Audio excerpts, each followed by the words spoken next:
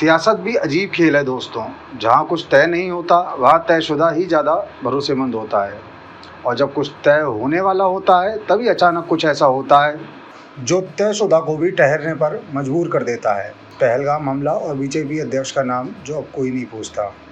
राजनीति में कुछ तय नहीं होता सिवाय टालने के। 2024 लोकसभा चुनाव के बाद बीजेपी में एक शुद्धिकरण चल रहा था।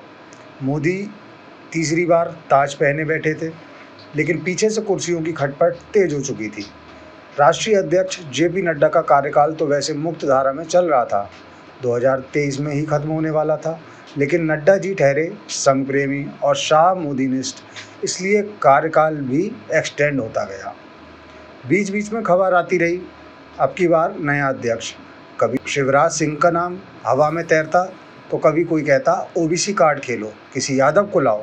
संघ चाहता था ब्राह्मण चेहरा, लेकिन कास्ट सेंसस की हवा ओबीसी की तरफ बह रही थी। दिल्ली के गलियारों में गर्मी थी, नहीं मौसम की नहीं, सत्ता की। सूत्रों के हवाले से खबर आई, शाहजी और संघ के बीच समझौता हो गया है। 2 नामों पर सहमति बन गई है, एक ब्राह्मण एक ओबीसी। अगले 48 घंटे में नाम फाइनल होना तय था।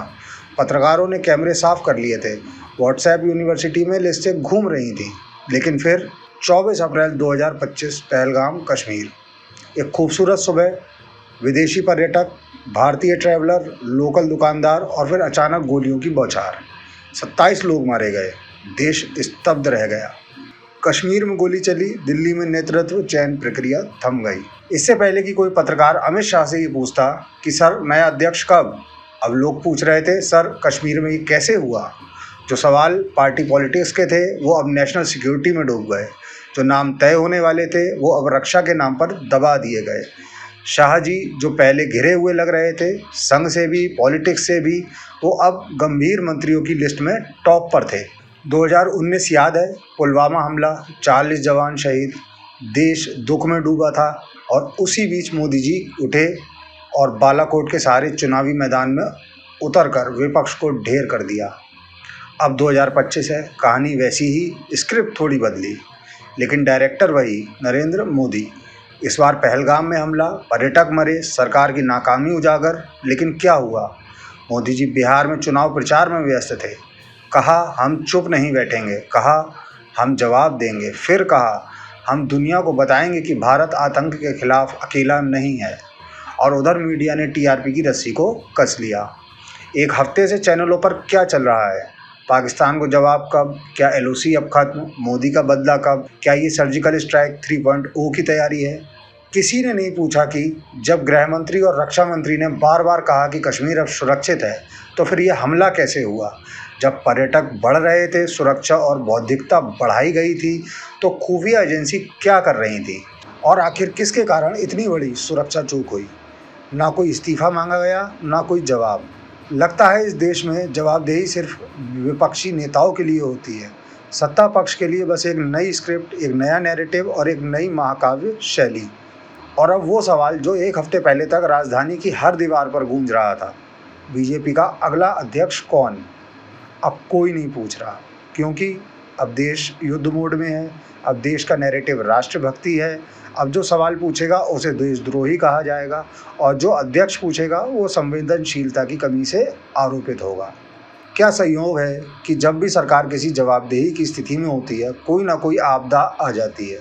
और क्या ये केवल संयोग है या कोई कुशल राजनीतिक रणनीति? हर बार असफलता को अवसर में बदला जाता है, हर बार सवाल पूछने वालों को गद्दार बना दिया जाता है, हर बार मुद्दा बदल दिया जाता है, एक हमले से, एक घटना से, एक कथित खतरे से। या फिर ये हमला सरकार की नाकामी का आईना था, एक ऐसी असफलता जिसे राष्ट्रवाद की चाशनी में छिपा दिया गया, एक मौका जिससे सियासत अपने संकट से निकल जाए। राजनीति में युद्ध सिर्फ सीमा पर नहीं होता, वो दिमागों में होता है, और सबसे बड़ा युद्ध होता है ध्यान भटकाने का। शायद हमें अध्यक्ष का नाम अब कुछ महीनों तक नहीं पता चलेगा, क्योंकि अब हमें देश का सम्मान बचाना है, देश की रक्षा करनी है, और बाकी सब चीज़ें जैसे कि जवाबदेही, सच्चाई और सवाल, वो अगली बार के लिए रख देते हैं। जी नमस्कार, मैं अजय वर्मा और आप देख रहे हैं न्यूज़ नशा।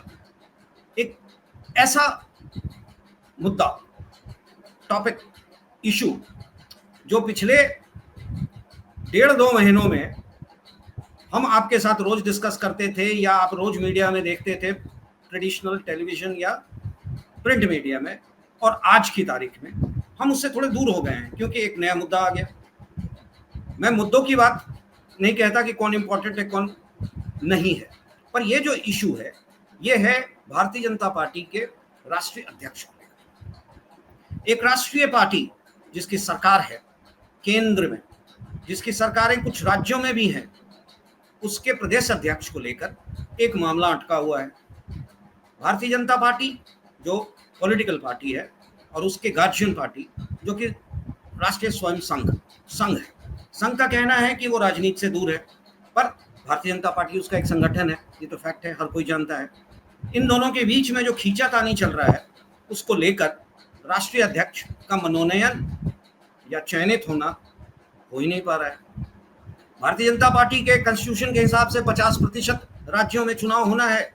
अभी भी 5 ऐसे राज्य हैं, बड़े राज्य हैं, उत्तर प्रदेश, मध्य प्रदेश, गुजरात, वेस्ट बंगाल, जहाँ की अभी तक अध्यक्ष का ना तो मनोनयन या चयन नहीं हुआ है, जिसके कारण अध्यक्ष पद, जो राष्ट्रीय अध्यक्ष पद है, वो रुका हुआ है।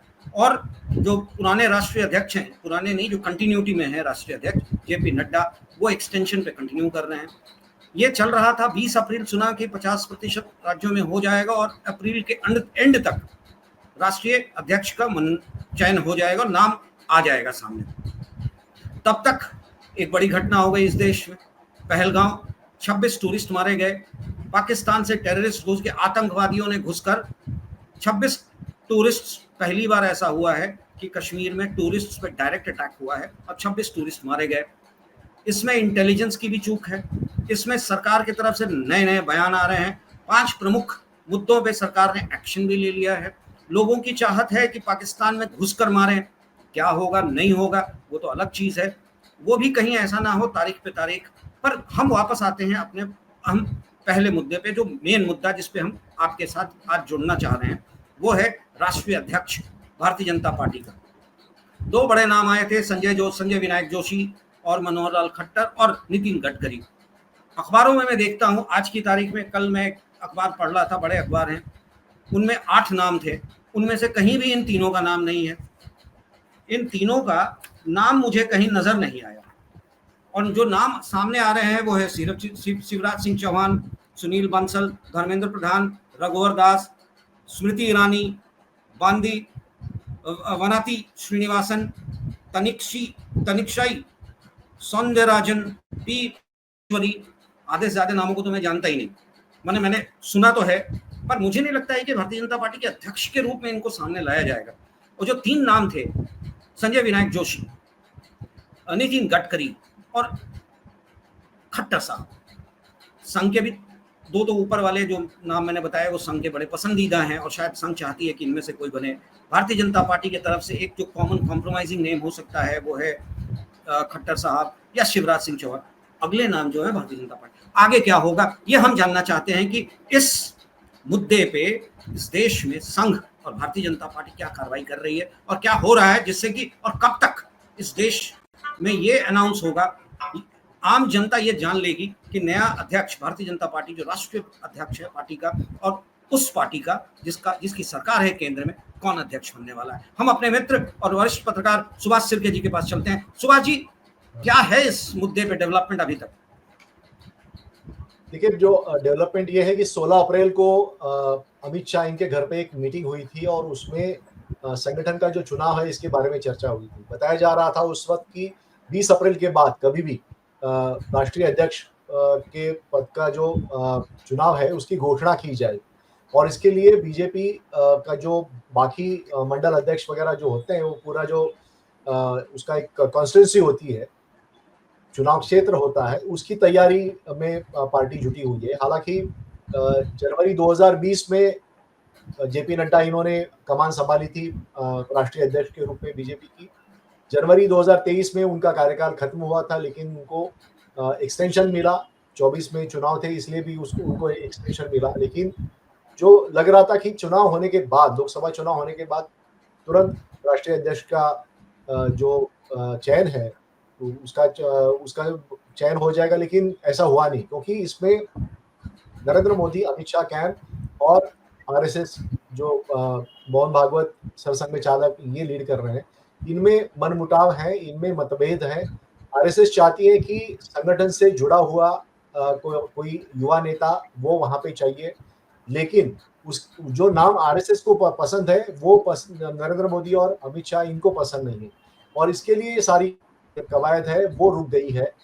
लेकिन जहां तक मेरी जानकारी है, मंडल अध्यक्ष जो है उनके चयन हो गए हैं। महाराष्ट्र की अगर हम बात करें तो शिरडी इलाके में कल एक वहां पे पोस्टरबाजी हुई थी। वहां पे कहा गया था कि जो पुराने बीजेपी के कार्यकर्ता है उनको हटाकर जो कांग्रेस से आए हुए जो लोग हैं उनको मंडल अध्यक्ष बनाया गया है। ये पूरा पूरा इलाका राधाकृष्ण विखे पाटिल जो कभी कांग्रेस में बड़े नेता थे वो बीजेपी में आए हैं और वो मंत्री भी है, तो उनका इलाका है, उनकी कॉन्स्टिट्यूंसी है। यहाँ पे ये कंप्लेंट शुरू हुई, तो जाहिर है कि ऐसी कई चीजें हुई है जिसमें बीजेपी के जो पुराने कार्यकर्ता है वो भी नाराज है, क्योंकि बहुत सारी इनकमिंग बीजेपी में हुई है, और इस इनकमिंग जो कांग्रेस और बाकी पार्टियों से जो लोग आए हैं वो अपने कॉन्स्टिट्यूंसी में अपने ही लोग चाहेंगे पार्टी पर पकड़ बने रहने के लिए, और यही कारण है कि ये मनमुटाव चल रहा है। तो लोकल लेवल पे एक मनमुटाव चल रहा है, नाराजगी चल रही है, और सेंटर लेवल पे हम देख रहे हैं कि नरेंद्र मोदी और मोहन भागवत ये तय नहीं कर पा रहे हैं। बीच बीच में तो खबरें ये भी आई थी कि क्या नरेंद्र मोदी आरएसएस को किनारे करके खुद अपनी बीजेपी की अपनी राजनीति चलाएंगे। कुछ हद तक जेपी नड्डा इन्होंने इसकी घोषणा भी की थी कि हमें आरएसएस की जरूरत नहीं, लेकिन ऐसा नहीं हुआ है। अभी भी आरएसएस की पकड़ बीजेपी पर है, और ये यानी सबको अभी पता है कि विश्व का सबसे बड़ा राजनीतिक पार्टी माना जाने वाला इस पक्ष को अभी भी अपना अध्यक्ष जो है वो उसका चयन नहीं वो कर पा रहे। नहीं, मेरा सवाल इसलिए आज की तारीख में मैंने इसको उठाया कि राष्ट्रीय अध्यक्ष पे इनका कोई भी दोनों संघ और भारतीय जनता पार्टी के बीच में कोई ब्रिज नहीं बन पा रहा है, और ये मुद्दा मुझे नहीं लगता है कि अप्रैल एंड तक जो बातें चल रही थी वो शांत हो पाएगा। मैं कितने दिन और खींचेगा राष्ट्रीय अध्यक्ष का मुद्दा, और कब तक एक्सटेंशन करेंगे जेपी नड्डा साहब, ये कहना बड़ा मुश्किल है, क्योंकि आज की तारीख में जो एक बड़ा मुद्दा आ गया है ना पहलगांव को लेकर, जिसपे भारतीय जनता पार्टी और संघ दोनों ही एक मत हैं, क्योंकि ये मुद्दा राष्ट्रीय था, ये मुद्दा कहीं ना कहीं दोनों को अपील करता है, और भारतीय जनता पार्टी के लिए बहुत अच्छा एक मौका है आरएसएस के मुद्दे को आगे बढ़ाना का। शायद इस पे कोई कॉम्प्रोमाइज तो नहीं, मैं कह रहा हूं ये नहीं होना चाहिए, पर एक मुद्दे को लेकर दूसरे मुद्दे को गौन करना और फिर उस मुद्दे पे लौटकर पहले पुराने मुद्दे के कारण अपनी बात मनवाना, ऐसी कोई चाल भी हो सकती है क्या? देखिए, इसमें सवाल ये है कि पार्टी का जो प्रमुख पद है वो किसके हाथ में रहेगा, किसके कैंप में रहेगा, क्योंकि ये जो पार्टी अध्यक्ष है उसके नेतृत्व में 2029 का लोकसभा चुनाव होने जाएगा। नरेंद्र मोदी खुद सितंबर में 75 साल उनके पूरे हो रहे हैं। ऐसे में क्या उन्होंने जो यार्डस्टिक बाकी नेताओं को लगाई थी कि 75 के बाद उनको मार्गदर्शक मंडल में भेजना चाहिए, तो ऐसे ही क्या वो खुद मार्गदर्शक मंडल में रहेंगे, और उनके बाद क्या अमित शाह और या योगी आदित्यनाथ या फिर हमारे यहाँ से नितिन गडकरी या फिर देवेंद्र फडणवीस जाएंगे, इसके बारे में कोई अभी बात नहीं है। चर्चा भी चल रही है, लेकिन वो बीजेपी के अंदर की बात चल रही है। तो ऐसे में अध्यक्ष पद का जो नेता होगा, जो भी वहां पे बैठा हुआ होगा, उसका फैसला जो है वो बहुत महत्वपूर्ण होगा, और यही कारण है कि आरएसएस वहां पे अपना आदमी बिठाना चाहती है, जो नरेंद्र मोदी और अमित शाह इन कैंप को पसंद नहीं है। तभी मैं देख रहा था कि 3 दिन पहले जागरण में खबर थी कि बीजेपी का शीर्ष नेतृत्व पे अभी भी पसोपेश में है, अभी फैसला नहीं हुआ है, और 15 दिन के बाद जो इसके बारे में कुछ फैसला होने की संभावना जताई जा रही है। तो इसका मतलब है कि अखबारों में खबरें आ रही हैं, लेकिन जो आधिकारिक रूप में बीजेपी की तरफ से कोई भी बात नहीं की जा रही है। ये क्यों नहीं हो रहा है? क्या बीजेपी को ये मुद्दा इतना महत्वपूर्ण नहीं लगता, या फिर कभी बीजेपी ने ये भी कहा था कि शिवसेना का अध्यक्ष जो है वो तय नहीं हुआ था। जब महाराष्ट्र में जो पूरा राजनीतिक संकट आया था, उस वक्त बीजेपी ने शिवसेना के अध्यक्ष पद के बारे में बहुत सारी चर्चाएं की थी। तो जाहिर है कि उनके बारे में भी चर्चाएं होगी। तो ऐसे में बीजेपी को सामने आके बताना चाहिए कि इसके बारे में क्या क्या चल रहा है। दूसरा ये कि बीजेपी जैसी पार्टी जो सत्ता में है, ऐसी पार्टी में इस तरह का अगर एक दूसरे को रस्साकशी हो रही है, तो मुझे लगता है कि इसका असर फिर वो एडमिनिस्ट्रेशन पे भी होता है। जाते जाते एक छोटा सा सवाल आपसे मैं जानना चाहूंगा कि ये जो पहलगांव की घटना हुई है, उस पे संघ का क्या विचार है? आपकी तो बातें संघ के लोगों से होती रहती है, संघ का क्या कहना है? What should be the action, how should the government act? Modi की सरकार को किस तरीके से इसको लेना चाहिए? क्योंकि आम जनता जो चाह रही है, संघ भी शायद उस मुद्दे पे उनके साथ है, जहां तक मेरी जानकारी है। आप बेहतर बता पाएंगे संघ का क्या कहना है कि पहलगांव के मुद्दे पे और पाकिस्तान के मुद्दे पे संघ क्या सोचता है, क्योंकि ये बड़ा मुद्दा है। संघ का जो रिस्पांस है वो तो आरएसएस चीफ ने क्लियर किया है। उन्होंने स्पष्ट रूप से कहा है कि धर्म और अधर्म की ये लड़ाई है और इसमें हमारे पास जो भी ताकत है उसको दिखाने का समय आ गया। ये आरएसएस ने जाहिर रूप पे उन्होंने ये बात कही है। आरएसएस ने अपनी भूमिका स्पष्ट की है। लेकिन दूसरी तरफ उन्होंने बंगाल और बिहार में जो चुनाव है उसके लिए भी काम करना शुरू किया है और उसके लिए उनको लग रहा है कि ये जो मुद्दा है इसको लपक कर हिंदू मुस्लिम का जो मुद्दा है वो पूरा बंगाल और बिहार में फैलाने के लिए उनका आईटी सेल और बाकी जो कार्यकर्ता है वो भी पूरी तरह से कोशिश कर रहे हैं और प्रचार जो है वो शुरू हो गया है, जिसकी लीडरशिप खुद प्रधानमंत्री नरेंद्र मोदी कर रहे हैं। तो ये जो मामला है वो वहाँ पे बिहार और जो बंगाल है वहाँ पर बीजेपी अभी तक पूरा कब्जा नहीं कर पाई है, उस क्षेत्र को जीत नहीं पाई है, उन राज्यों को जीत नहीं पाई है। गठबंधन में उन्होंने बिहार तो जीत लिया, लेकिन अभी उनको पता है कि नीतीश कुमार कमजोर हो गए हैं। ऐसे में वहाँ पर एक अगर जोर का झटका लगाए तो शायद सत्ता उनके हाथ में आ सकती है, उनको पता है और इस मुद्दे का वो उपयोग करना चाहते हैं, कारगर उपयोग करना चाहते हैं और इसके लिए तैयारी भी शुरू हो गई। आप फेसबुक पर और ट्विटर पे और व्हाट्सएप पे आप देख रहे होंगे कि किस तरह से जो संघ के कार्यकर्ता है, सिंपथाइजर है, वो किस तरह से मुखर हो रहे हैं इसके बारे में। और नरेंद्र मोदी या फिर अमित शाह इनकी इस्तीफा मांगने के बजाय वो मुसलमानों को ही कोस रहे हैं और बाकी जो पुरोगामी जिसको हम कहते हैं, प्रोग्रेसिव लोग कहते हैं, उनको कोस रहे हैं कि वो मुसलमान को ज्यादा तवज्जो देते हैं। तो ये मामला जो है दोनों तरफ से चल रहा है और यानी दोहरी नीति जो है वो बीजेपी अपना रही है, आरएसएस अपना रही है। एक और छोटी सी बात, विपक्ष हमेशा खिलाफ रहता है सरकार के, पर कल के ऑल पार्टी मीटिंग में जब विपक्ष ने खुलकर साथ दिया और कहा कि आपको जो करना है करें, हम आपके साथ हैं, इसके पीछे क्या एंगल हो सकता है? क्या वो देखना चाह रहे हैं, परखना चाह रहे हैं कि मोदी जी क्या करने जा रहे हैं, या फिर उनको भी समझ में आ गया है कि राजनीति किस करवट ले रही है? सुभाष, देखिए, ये जो घटना हुई है उससे लोग आहत है और ये तो सब सारी पार्टियां जानती है और एक आउटक्राई जिसको हम कहते हैं वो आउटक्राई पूरे देश में हुआ है और इसमें सरकार को पहल करनी चाहिए, सरकार को कदम उठाने हैं, ये भी विपक्ष जानता है। तो ऐसे में जो विपक्ष की राजनीति रही है अब तक, वो पिछली बार भी हमने देखा था कि 1971 वॉर के पहले अटल बिहारी वाजपेयी इन्होंने सपोर्ट किया था, उस वक्त वो विपक्ष के बड़े नेता थे, उन्होंने सपोर्ट किया था इंदिरा गांधी को। और इसके बाद जो भी सरकारें आई है, जिन्होंने जो भी कदम उठाए हैं उसकी सराहना या फिर उसके साथ रहने का काम, फिर वो किसी भी पार्टी हो, वो सत्ता पक्ष के साथ रहने का काम उन्होंने किया है। और यही कारण है कि सारी विपक्ष पार्टियां इस वक्त सरकार के साथ में है और सरकार को उन्होंने समर्थन दिया है कि जो भी कदम आपको उठाना है आप उठाइए।